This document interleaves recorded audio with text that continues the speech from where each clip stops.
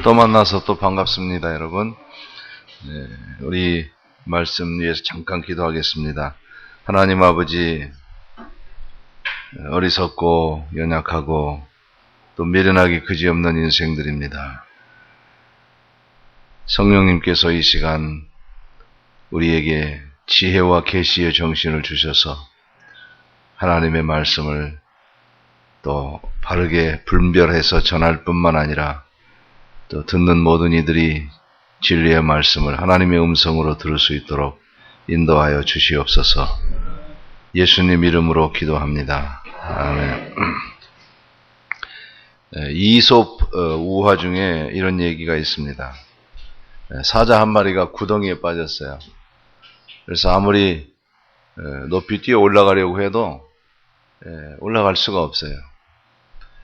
그런데 이렇게 구덩이 저 위에 보니까 나무가지가 하나, 조그마한 나무가지가 있는데 그것만 하나 이렇게 누가 내려떨어 줘도 그걸 발판으로 이렇게 걸쳐놓고 탁 튀어 올라가면 올라갈 것 같단 말이에요. 근데 마침 토끼 한 마리가 거기를 지나가는 거예요. 사자가 불렀어요. 토끼야, 너 나 좀 도와주라. 그 나무를 좀 네가 좀 밀어라. 그러니까 토끼가 너무 불쌍해서 그 나무가지를 밀어줬어요. 그랬더니 사자가 쉽게 그걸 탁 발을 밟더니 그냥 튀어 올라왔습니다.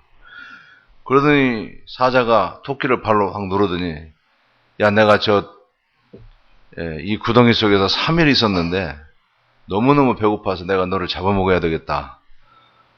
그러니까 이게 토끼가 너무 황당해서, 아니 그럴 수 있느냐?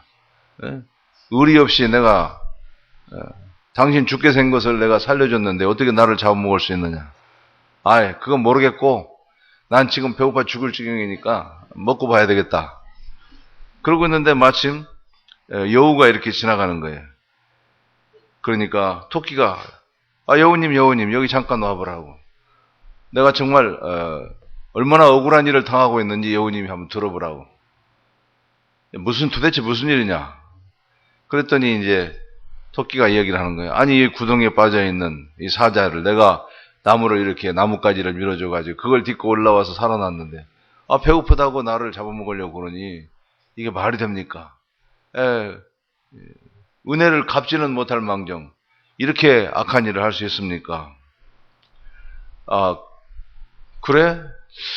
누가 옳은지 잘 모르겠는데 그 여우가 그러는 거예요. 그러면 처음부터 한번 다시 어떻게 일이 진행됐는가 한번 해보자. 그럼 사자한테 좀 들어가 봐라. 그리고 어떻게 뛰어나왔는지 내가 잘 봐야 판단하고 알겠다.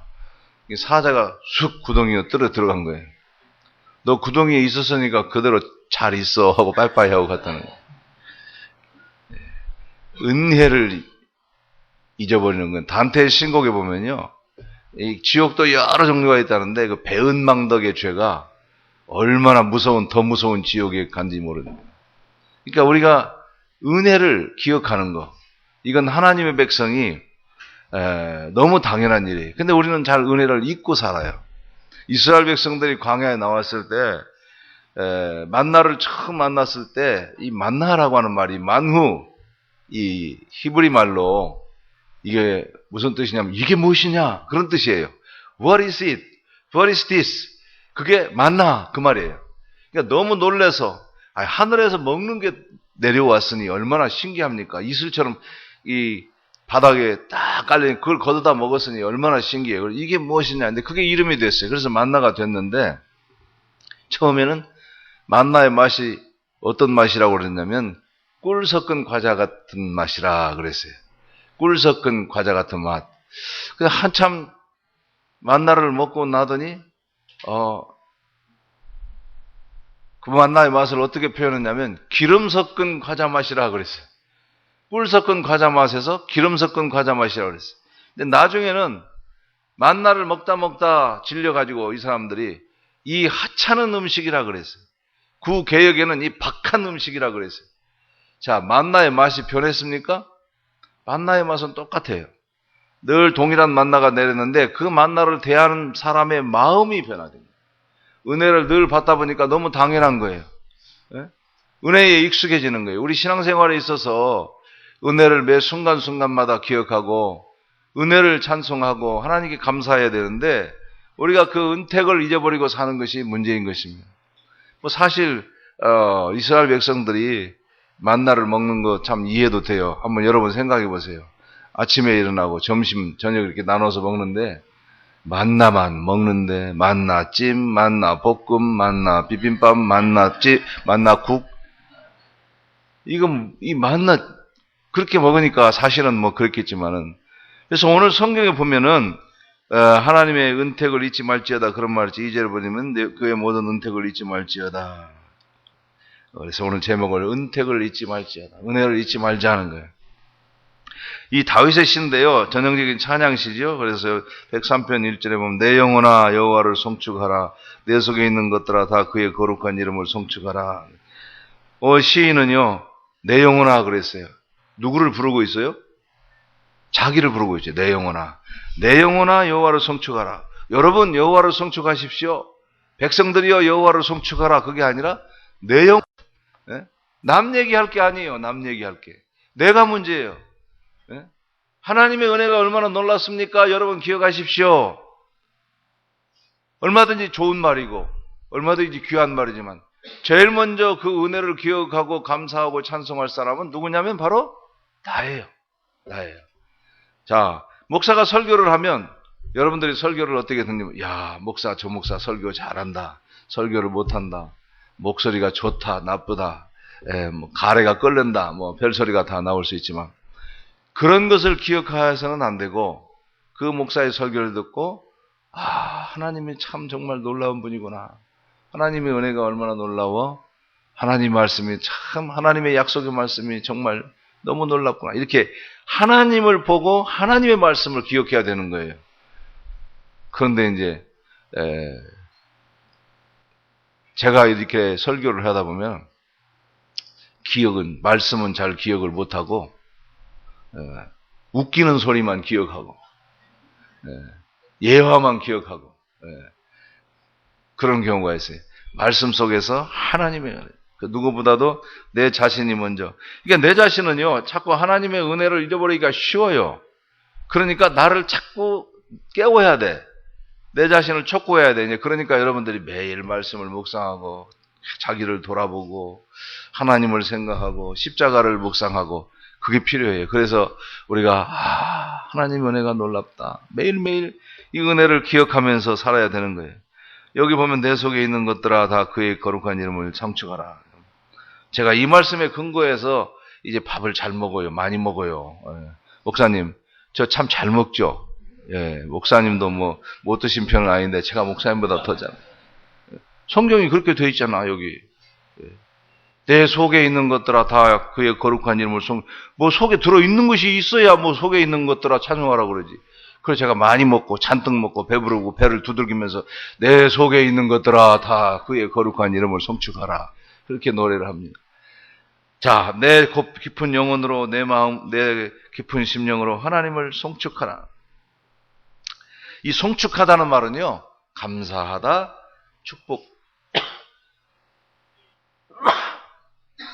감사하다, 축복하다, 무릎 꿇다 그런 여러 가지 뜻이 있습니다.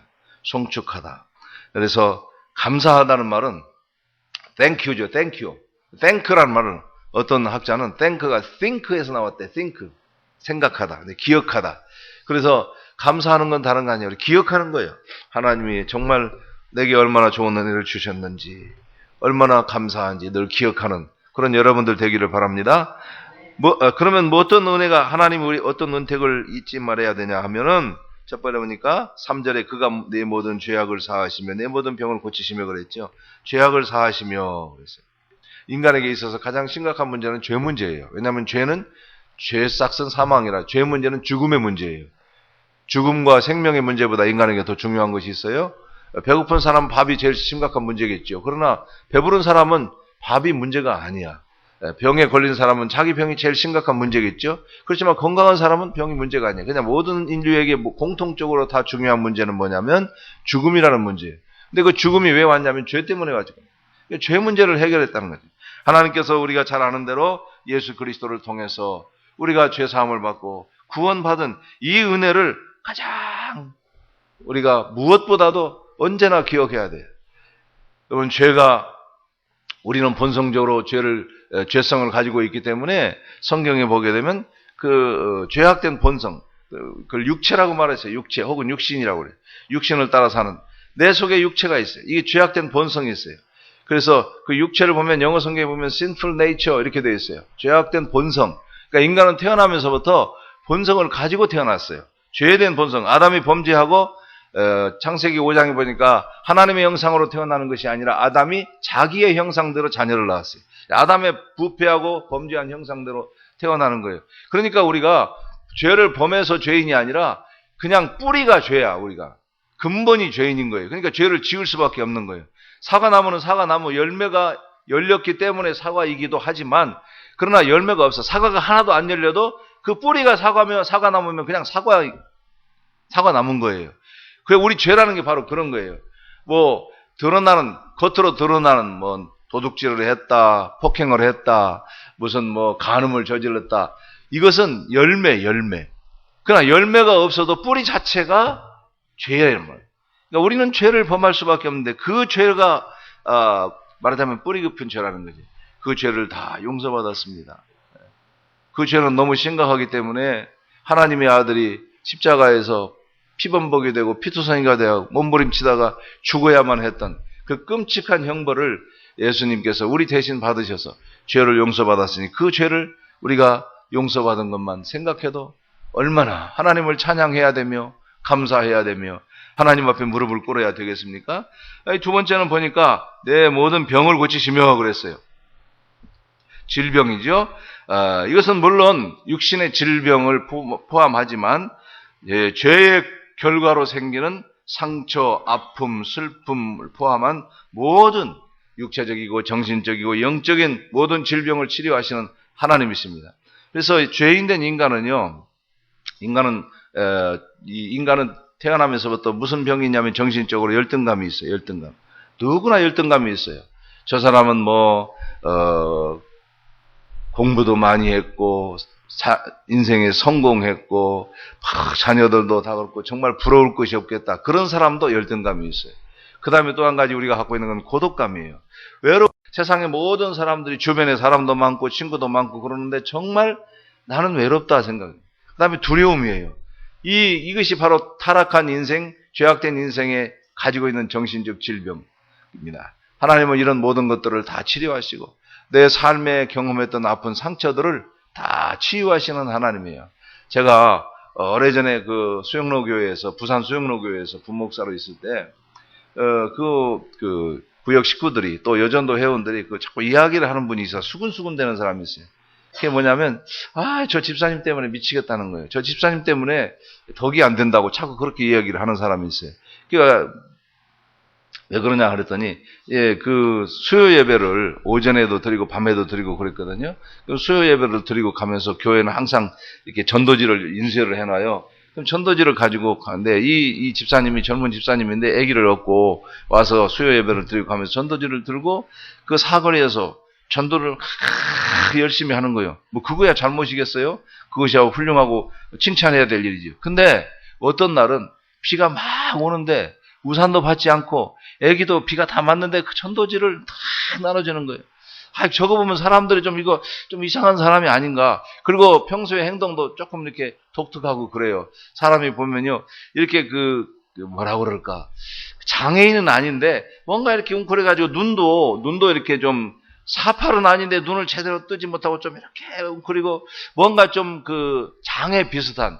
그러니까 사람들이 여전도회를 해도 그 사람은 좀 이렇게 사람이 가까이 하지 하려고 않고. 그러니까 쉽게 말하면 교회 안에서도 은근히 왕따를 당하는 사람이에요.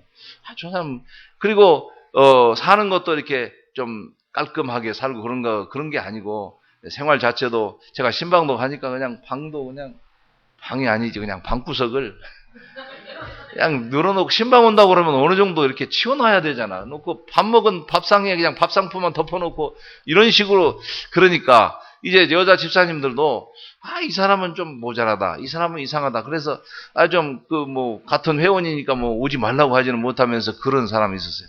근데 어느 날 제가 신방을 갔어요. 신방을 가서면 이야기를 하면서 쭉 자기 살아온 이야기를 하더라고. 저 부산이 아니라 시골 어디서 태어났는데 자기는 어쩌다 태어났대. 태어났는데 성장이 느린 사람들 있잖아요. 뭐 걷는 것도 느리고 말도 느리고. 그러니까 이게 이렇게 조그마한 애기 때 이렇게 앉아 있으면요, 아버지가 밖에 나가다 들어오다 이런 병신 같은 것이 태어나가지고 발로 찬대요. 오빠가 들어오다가 이런 병신 처리가 하고 찬대요. 그러니까 그런 천대를 받고 살면서 나는 부모에게 무시당하고 발로 채이고 오빠에게 발로 채이고, 자기 생각 속에서 나는 왜 태어났나? 내가 뭐 하러 태어났나?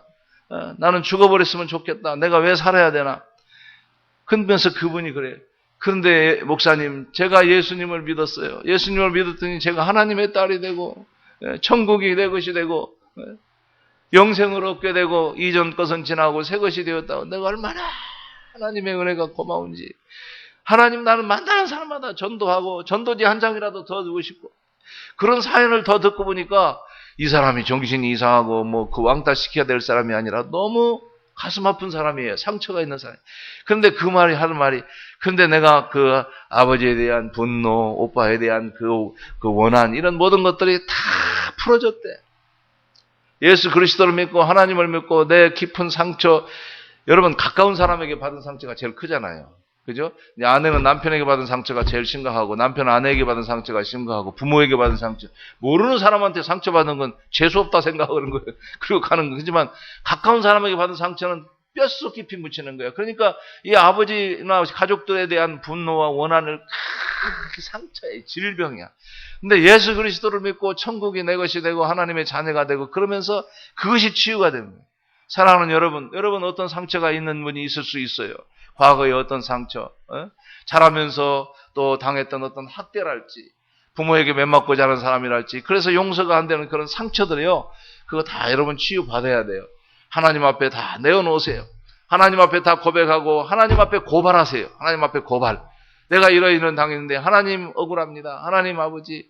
그런데 하나님을 믿었는데 이제 용서하라고 그러니까 용서는 안 되지만 하나님의 은혜를 생각하고 제가 용서하려고 합니다. 하나님 도와주십시오. 다 대놔야 돼요. 그 상처를 치유받고 어린 시절의 아픔도, 지난날의 과거의 상처도, 그런 어떤 악한 경험도 다 치유를 받고 다 상처를 받아야 되는 것입니다. 그것이 바로 하나님께서 우리에게 베푸신 은혜예요. 그래서 요한일서 1장 9절에 보면, 만일 우리가 우리 죄를 자백하면 그는 미쁘시고 의로우사 우리 죄를 사하시며 죄만 용서하시며 죄만 사하시며가 아니라 우리를 모든 불의에서 깨끗게 하실 것이요. 그래서 우리를 새롭게 만들어요. 여러분, 우리가 예수 믿는 것은 죄 용서받고 지옥 안 가고 지옥 면허증 심판 면허증 받는 정도가 아니야.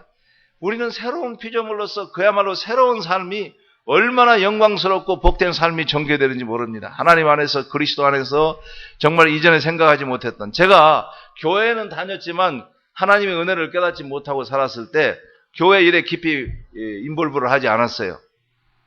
예를 들어서 청년회 같은 것도 나가지 않고 뭐 예배만 갔다 오고, 그런 이유가 그 깊이 들어가고 신앙이 깊어지면 사람이 쪼잔해질 것 같더라고. 보니까 젊은 청년들이나 자매들이 그 주일학교 교사들 하잖아요. 애들 코 흘리는 애들 손잡고 다니고 그런 것이, 나는 어째 그 젊은 놈들이 참 쪼잔하다고. 애들 코 묻은 애들, 코 흘리는 애들 손이나 잡고 다니고 뭐 저러고 사나. 좀 멋있게, 예수를 믿어도 멋있게 세련되게 믿어야지. 그래서 예수 믿으면 내 인생이, 야 봐라, 예수 믿으면 뭣도 못하고 그냥 하도 제약이 많아. 그러면 인생을 참 멋있게 자유롭게 살아야 되는데, 예수 믿으면 그런 거 다 제껴두고 참 삶이 아주 좁아지고, 삶이 경험하는 영역들이 아주 좁아지고, 그래서 참 재미없는 인생, 맛없는 인생이 될 줄 알았어요. 그런데 예수 그리스도를 믿고 은혜를 받고 보니까요, 그 안에 이 하나님의 은혜의 세계에 얼마나 내가 이전에 알지 못하던 풍성한 그런 삶이 있고, 또 그 좋은 성도들, 그 믿음의 동지들이 얼마나 좋은 사람들이 많은지 거기에 새로운 역사가 펼쳐지더라고요. 여러분, 예수 믿고 그저 죄 많은 인생이 심판 안 받고 지옥 안 가는 거, 그 정도가 아닙니다. 우리는 새 생명으로서요, 하나님께서 예비하신, 여러분들이 신앙에 깊이 들어가면 들어갈수록, 하나님 앞에 더욱더 순종하고 충성하면 충성할수록 거기에는 속박이 있고 제약이 있고 그냥 좁은 한계가 있는 게 아니라 그 넓은 마치 그 에스겔 성경에 보면 성전 문턱에서 물이 흘러나와서 발목에 차고 무릎에 차고 허리에 차고 막 이 감당하지 못할 그런 은혜의 생수가 넘치는 것처럼 우리가 몰라서 그렇지 신앙생활의 그 깊은 경지를 깊이 들어가지를 않아서 그렇지 얼마든지 영광스러운 그런 세계가 있는 것을 여러분 믿으시기를 바랍니다. 그래서 사도 바울은요 그렇게 주님을 더욱 알기를 원했잖아요. 그 알기를 원하고 더 깊어지기를 원하고 주님 닮기를 원하고. 그래서 우리 하나님은 고치시는 하나님. 예레미야 8장 22절에 보니까 길르앗에 유향이 있지 아니한가 그곳에는 의사가 있지 아니한가 딸내 백성이 치료함을 받지 못하면 어찌 민고. 왜 치료를 못 받아?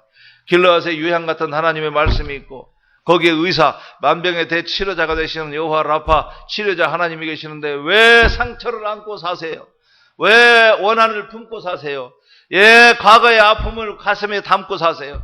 다 하나님 앞에, 하나님의 말씀 앞에 다 내어놓고 치료받고 회복되고 그렇게 자유로운 영혼으로 그렇게 살아가는 여러분들이 되기를 주의 이름으로 축원합니다. 세 번째는 생명을 파멸해서 성령하시고 그래서 사망에서 우리 영혼을 건지셨습니다. 다윗과 같은 경우는 많은 전쟁을 다녔어요. 전쟁에서 죽음의 위기가 얼마나 많았어요. 그런데 전쟁에 나간 사람만 위기가 있는 게 아니에요. 여러분, 우리가 살아가는 게 사실은 하루하루 기적입니다. 차를 타고 가도요, 내가 속도 지키고, 내가 신호 지키고, 내가 차선 지키고, 안전하게 가면 사고가 안 납니까? 엉뚱하게 어떤 차가 옆에서 달려와서 받아버리고, 졸던 차가 중앙선을 넘어와서, 그 무슨 블랙박스로 본 세상? 뭐 그런 거 있어요. 또 시침이 떼는 거 봐. 텔레비 한 번도 안 보는 것처럼. 그런 거 있어요.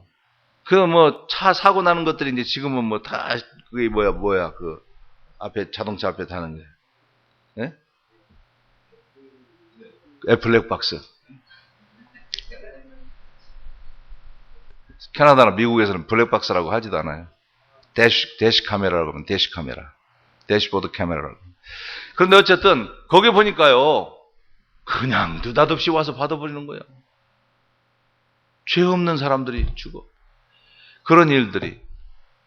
우리 그 토론토에 제일 큰 교회가 있어요. 영락교회라고 있어요. 토론토 영락교회.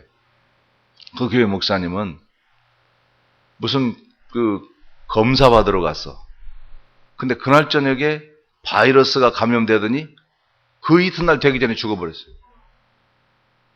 그러니까 이렇게 10만 명에 한 명꼴로 그런 일이 있답니다. 10만 명에 한 명꼴로 그럴 수가 있대요. 뭐 이렇게 조직검사 같은 거 할 때 조직을 떼는데 거기에 어떻게 잘못하면 바이러스가 감염되는데 뇌에 바이러스가 감염돼가지고 그날로 죽어버렸어요.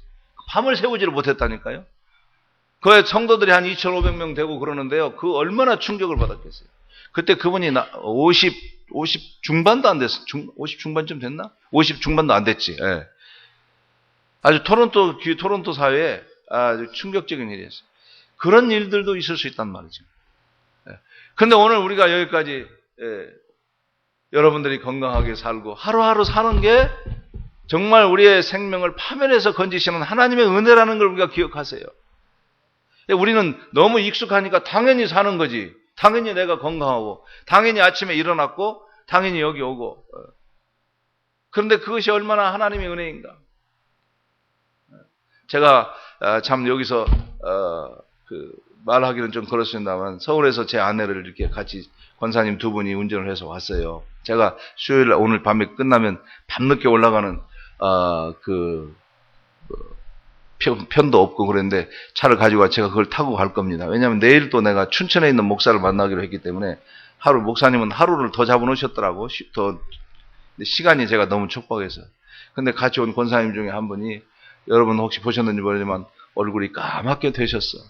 근데 이 근육이 이렇게 자꾸 파손되는 그런 병이 걸리셨어.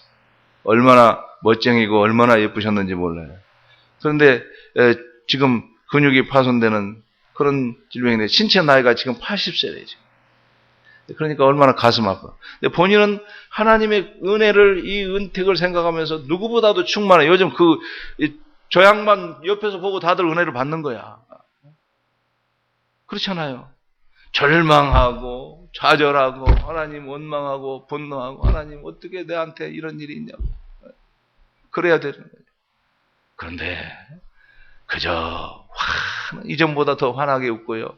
이게 뭡니까? 이게 하나님의 능력으로 치유받고 하나님의 능력으로 상처가 다 사라지고 이런 사람들이 이렇게 살아는 거예요. 그냥 예수를 믿는데 심령 속에서 그냥 늘 불만과 불평과 그냥 열등의식, 그냥 고독감, 두려움 이런 것들에 사로잡혀가지고 심령에 자유가 없어. 자유가. 예수 믿는 건요 신나는 거예요. 사실은 하루하루가 꿈 같은 하루하루가 돼야 되는 거예요. 그래서 즐겁고 입으로 그냥 말이 즐거운 게 아니라 내 심령 속에서부터 그냥 기쁨이 넘치는 그런 샘솟는 기쁨, 그런 기쁨의 삶을 살아야 되는 줄로 믿습니다. 자, 네 번째로는 인자와 긍휼을 씌우시고 그랬어요. 인자와 긍휼. 인자는 헤세드라고. 헤세드는 인자, 인애, 자비, 뭐 여러 가지 단어로 표현하고 있습니다만은 이 말은 그 언약적인 사랑이에요. 하나님이 우리를 끝까지 사랑하시는 그런 언약적인 사랑. 긍휼은요, 이 라캄이라고 하는 단어인데 이게 원래 이 말이 무슨 말이냐면 참 재미있게도 그 엄마의 자궁이랍니다. 자궁. 그래서 아기를 자궁이 품고 있잖아요. 아기를 뵈면 그 자궁 아기를 쫙 아주 그냥 그 안에서 철저하게 보호를 하잖아요. 그런 의미예요. 그래서 이거 이제 아이를 보호하기 위해서 확장해야 될 때는 확장하고 줄일 때는 줄이고 이러면서 이렇게 보호하는 그 하나님의 은혜. 그러니까 우리를 불쌍히 여기시는 하나님의 은혜. 그래서 히브리서 4장에 보게 되면 그러므로 우리에게 큰 대제사인 계시니 곧 승천하시니 곧 하나님의 아들 예수시라. 우리가 믿는 도리를 굳게 잡을지어다. 우리에게 있는 대제사장은 우리의 연약함을 동정하지 못하실 리가 아니요 모든 일에 우리와 똑같이 시험을 받으시니로되 죄는 없으시니라. 그러므로 우리가 때를 따라 돕는 은혜를 입고 긍휼하심을 받기 위해 은혜의 보좌 앞에 담대히 나아갈 것이니라 그랬어요. 그러니까 거기 보면 예수님은 우리를 동정하다가는 말은요, 이게 중국어 성경에는 연민으로 되어 있어요. 연민. 우리의 아픔을 주님이 다 같이 느끼고 같이 고통을 함께한다 그런 뜻이에요. 그게 긍휼이에요. 긍휼. 예. 얼마나 아플고 여러분 제가 우리 애가 제가 전도사 때 이만한 2살 그때가 몇 살이에요? 겨우 이제 아장아장 걸어가는데 어느 날 이렇게 교회에서 교회 계단이 이렇게 올라갔는데 그 교회 옆에 계단이 있어요. 이제 글로 해서 이제 성가대원들이 연습을 하고 글로 해서 들어가서 성가대석에 앉는 그런 교회 밖에 건물 밖에 계단이 있었는데 얘가 어느새 그 계단을 기어 올라간 거야. 그런데 난 너무너무 하는데 얘가 그냥 금방 떨어져서 내가 굴려버리네. 그러니 막 박이 터졌어요. 그래서 이거 어떻게 들고 뛰었지. 근데 마침 그 주일날인데 그 병원이 그 문이 열려 있는 데가 있더라고. 거기서 안고 뛰었는데. 그래서 이거를 이제 여기를 이제 머리를 막 잘라내고 이제 꼬매야 되잖아요. 머리를 잘라내고 거기다 또 이렇게 주사를 놔야 되잖아요. 그 무슨 주사라고 그러죠? 예. 예? 나 이거 캐나다에서 여러 해 사니까요. 한국말도 제대로 못하고 영어도 제대로 못하고 아니 영어나 제대로 하면 내가 이해가 되는데 한국말도 잘 안 나와. 이제 영어는 영어대로 못하고 이거 참 반편이 돼버렸어. 그 마취주사 옛날에 그 미국에서 자란 2세 목사님이 우리 교회에 와서 이렇게 일하면서 인턴십으로 와서 훈련을 받으면서 사람이 죽어서 식물인간 됐다 그 말을 죽어서 야채인간이 됐어요. 그러듯이 한국말도 안 되고 중국말 영어도 안 되고 그러는데 마취주사를 놓으니까 애가 막 강그러지는 거예요. 그렇잖아요. 다쳐서도 놀래고 아픈데 막 주사바늘 찌를 때 얼마나 아프게. 그런데요. 그 애를 내가 이제 의사가 나를 잡으라고 애를 잡으라고 그래서 우리 지은아 괜찮아 아빠 그러는데 이게 애가 주사 맞는데 내가 주사 맞고 내가 아픔이 다 느껴지더라고. 내가 정말 아파. 그게 체휼, 구개역에서는 체휼이라고 그럽니다. 체휼. 동정이라고 그래요. 근데 우리 주님은 그래 동정하고 슬퍼하고 그걸로 끝나는 것이 아니라 그 아픔을 이겨낼 수 있게 하시거나 치료하시는 하나님이에요. 나인성 과부가 아들이 있었는데 아들이 죽었어요. 과부가 그 아들 하나 믿고 살았습니다. 젊은 과부가 돼서 그 아들 보면 한숨이 나오고 인생 슬퍼지다가도 그 아들만 보면 가슴이 뿌듯하고, 그 아들이 보배요, 그 아들이 희망이요. 네? 그 아들이 죽어버렸어요. 얼마나 비참합니까? 동네 사람들이 다 와서 아이고 유성댁 어떡해요. 그 아들 하나 믿고 살았는데 그 아들이 또 보통 아들이요. 공부도 잘하고 효자요. 그렇게 좋은 아들이 죽어버렸으니 어떻게 슬퍼할 수 있죠? 같이 울어주고, 아이고 어쩌다 그런 일이 당했을까? 그 아들 죽어서 어쨌을까? 같이 울어주고 끌어안고 자기가 내 아들이 죽은 것처럼 해줄 수 있어요. 그러나 아무런 일도 일어나지는 않아요. 예수님은 어떻게 했어요? 울지 말라. 그러시더니 그 운구하는 그 관이의 손, 청년아 일어나라. 살려버렸어요. 물론 죽은 사람을 다 살리지는 않아요. 그죠? 제가 말씀드렸던 것처럼 팔이 하나 없어서 절망하는 사람이 막 하나님 앞에 기도해서 하나님 의지하면 팔이 생겨서 다시 회복되는 건 아닙니다. 그러나 팔이 없어졌는데도 불구하고 팔 없어진 것에 대한 열등감이나 고통이나 아픔을 전혀 의식하지 않고 정상인보다도 더 밝게 한 팔 가지고 얼마든지 능력 있게 사는 그리스도인들이 많잖아요. 그렇게 할 수 있는 거예요. 근데 예수님께서는 나인성 과부를 살리셨어요. 제가 김성화 스님, 이 해경 스님이라고 얘기 한번 했죠. 중이 신약 성경이 있다고 은혜 받아서. 그 어떤 구절에서 은혜를 받았냐면, 불교에도 그 비슷한 얘기가 있답니다. 불경에도. 석가모니가 어느 날 이렇게 숲길을 걸었는데 어떤 젊은 여자가 막 통곡을 하며 우는 거예요. 왜 우는가 했더니 자기 외아들이 죽었다는 거예요. 부처님, 내 외아들 좀 살려주세요. 막 그러니까 그 부처님이 하시는 말씀이, 저 아랫마을에 가서 지금까지 한 번도 죽음을 경험하지 않은 집에 찾아가서 그 집에 쌀을 한 줌 얻어다가 죽을 쏘서 그 죽은 애 입을 벌리고 그 죽을 집어넣으면 죽을 먹고 다시 살아날 것이다 그러는 거예요.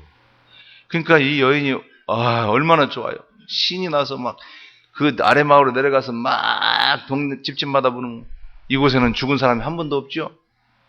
다 돌아다니 죽은 사람이, 할아버지가 죽고 아버지가 죽고 안 죽은 다 모든 집이 다 죽고 절망을 하고 빈손으로 돌아와서, 부처님, 아니 세상에 아무리 온 동네를 돌아다녀도 죽음을 경험하지 않은 집안이 하나도 없습니다. 그때 석가모니가 그런 얘기를 했어요. 자매여, 생자 필멸이라. 사람이 나면 반드시 죽는 것, 인연 따라 살다가 인연 따라 사라지는 것이다. 너무 슬퍼할 것이 없느니라. 나무 관세음보살 땅땅땅땅 그랬던 거예요. 그런데 이 해경 스님이 신약 성경을 읽다 보니까 예수님은 나인성 과부를 만나더니 청년아 일어나라 살려버리는 거예요. 거기서 이게 야마가 돌았어. 거기서 꼭지가 돌았어. 부처님은 다 그런 것이니 그런 줄 알라는 거예요. 이거 불교의 교리가 그거 아니에요.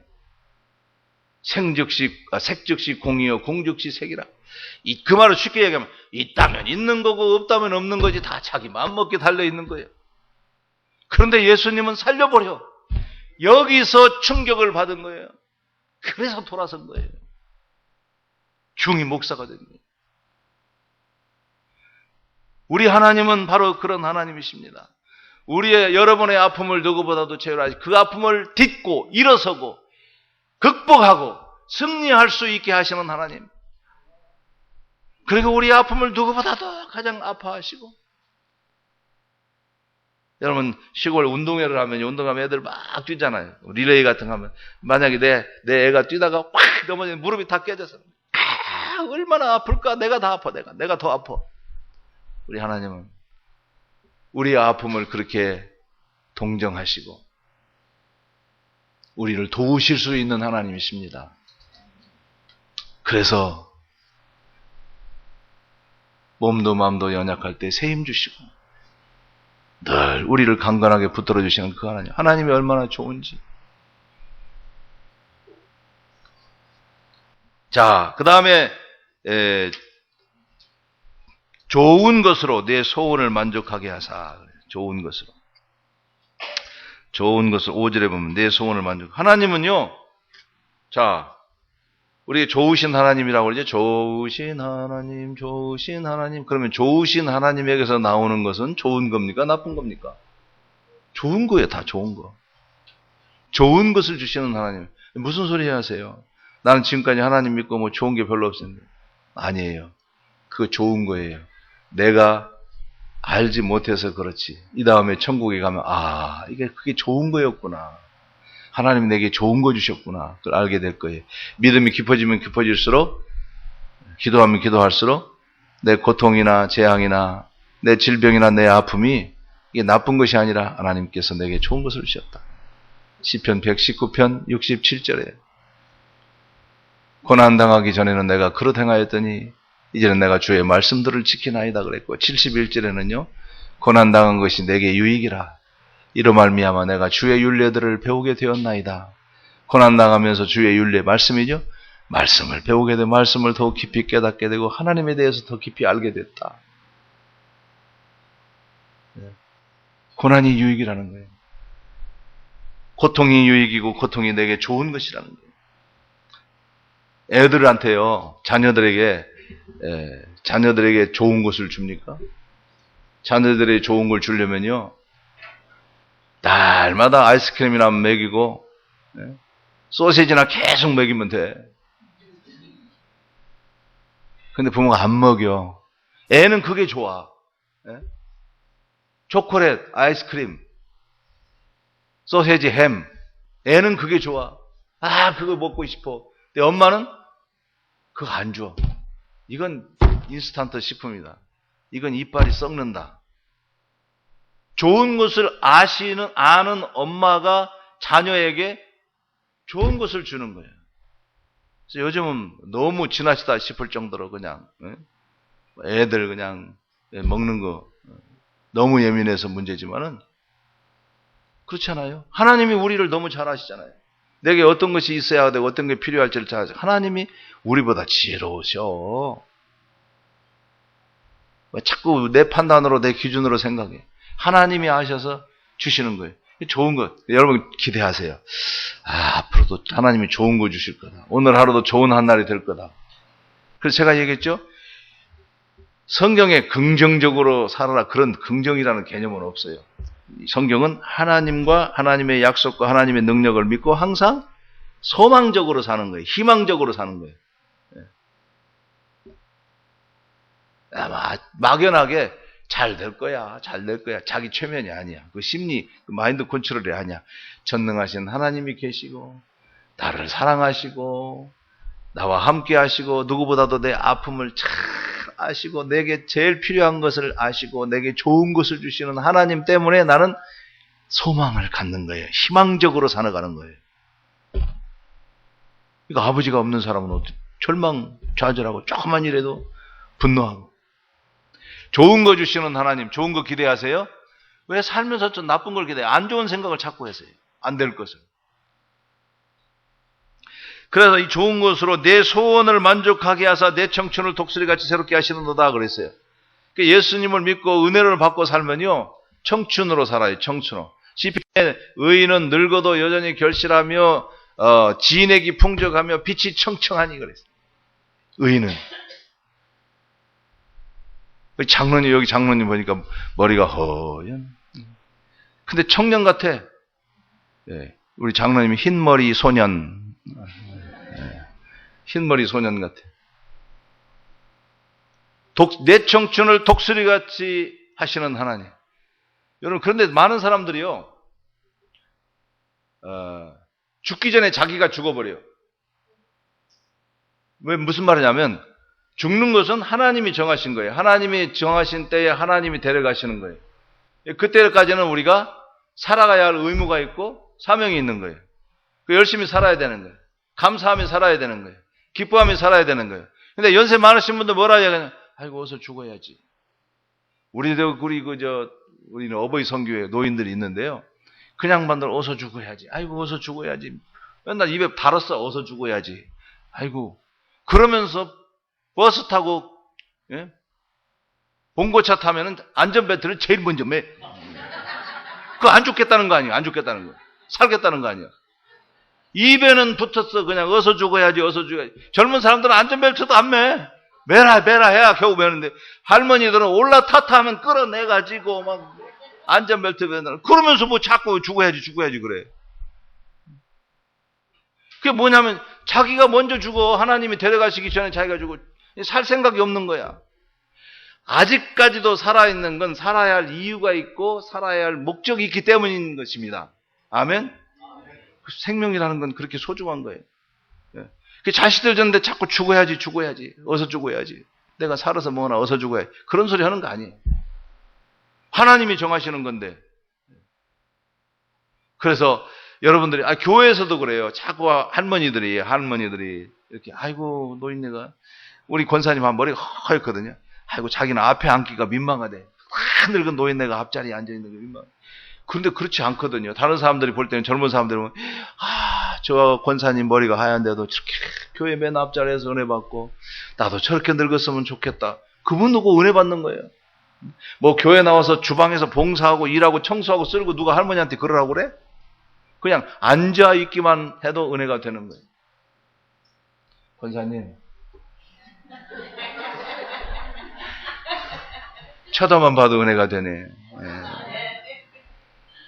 그러니까 우리는 항상 젊게 살아야 돼. 청춘으로 살아야 돼.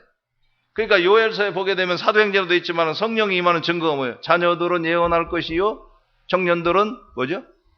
환상을 보고, 아비들은 꿈을 꾸리라. 어른들, 노인들, 아비들은 꿈이 없거든요. 노인들이 무슨 꿈이 있겠어요? 무슨 포부가 있고 무슨 기대가 있고. 꿈이 없어요. 자다가 개꿈이나 꾸는 거지. 꿈을 품는 건 젊은이들이요 꿈을 가져라, 뭐 소년들이요 꿈을 가져라. 젊은 사람, 학생들, 그런 사람들이 꿈을 갖고 사는 거지 노인들은 꿈이 없어. 그런데 성령이 임하면 꿈이 생기는 거야. 그리고 자기가 뭘 해야 되는가를 보는 거야. 만사를 다 그냥 포기하고, 아이고, 이제는 밥이나 먹고 숨이나 쉬고, 뭐. 그렇게 사는 게 아니에요. 아직도 하나님이 필요하기 때문에 여기 두시고, 필요하기 때문에 이 교회에 두시고, 다 그래. 그러니까 내 삶에는 아직 의미가 있어. 언제 데려가실지 우리가 다 모르잖아요. 모르지만 그때까지는 우리가 늘 청춘으로 살아야 됩니다. 그렇게 돼 있잖아요. 좋은 것으로 내 소원을 만족하게 하고 내 청춘을 독수리같이 새롭게 하시는다. 독수리는 막 날아가 올라채는 힘이 최고라고 그랬잖아요. 그렇게 여러분 당당하게 사십시오. 그래서 하루를 살아도 우리는 맥 빠진 삶을 살아서는 안 돼. 하나님의 은혜만 생각하면 힘이 생겨요. 그의 은택을 잊지 말지어다. 하나님이 우리에게 베풀어 주시고 우리를 대하시는 하나님의 사랑이 얼마나 놀라운지 늘 그 생각만 하면 삶이 고달프다가도 내 처지가 힘들다가도 우리 주님 생각하고 예수님 생각하고 저 천국 생각하고 그러면 힘이 생깁니다. 젊은이 못지않은 그런 청춘, 독수리에 날개치며 올라간 것 같은 새 힘으로 그렇게 하루하루를 여러분 우리 신나게 삽시다. 멋지게 삽시다. 그래서 예수 믿는 사람들 다 활기차게 살고 그래야 예수 믿지 않는 사람들이 봐도 예수 믿는 게 뭐 신나는 거. 저 사람은 사는 거 보면 가난하고 뭐 좁은 아파트에서 뭐 그렇게 사는데 뭐 저렇게 늘 싱글벙글하고 사는 거. 궁금증이 생기잖아요. 궁금증. 그래서 의혹이 생겨. 왜 그럴까? 교회 한번 가볼까? 그런 생각이 들어가는 거예요. 교회 다닌다고 하는 사람이 그냥 지옥에서 출장 나온 사람처럼 인상을 이러고 다니면서 건도 조금만 걸으면 신경질 확 부리고 막 성질 내고 화내고 막 그러고 다니면 어떻게 되겠어요? 하나님의 은혜를 기억하면서 내 영혼아, 그렇죠? 내 영혼아, 다른 사람 얘기할 필요 없어. 나부터. 내가 먼저 하나님의 은혜를 기억하리라. 그 다짐이에요, 다짐. 내가 먼저 하나님을 찬송하리라. 하나님께 받은 사랑을, 하나님께 받은 은혜를 내가 기억하리라. 감사하리라. 무릎을 꿇리라. 이 고백과 이 찬양이 이 아침에 여러분들의 것이 되시기를 주님의 이름으로 축원합니다. 주님의 이름으로 축원합니다. 주님의 이름으로 축원합니다. 주님의 이름으로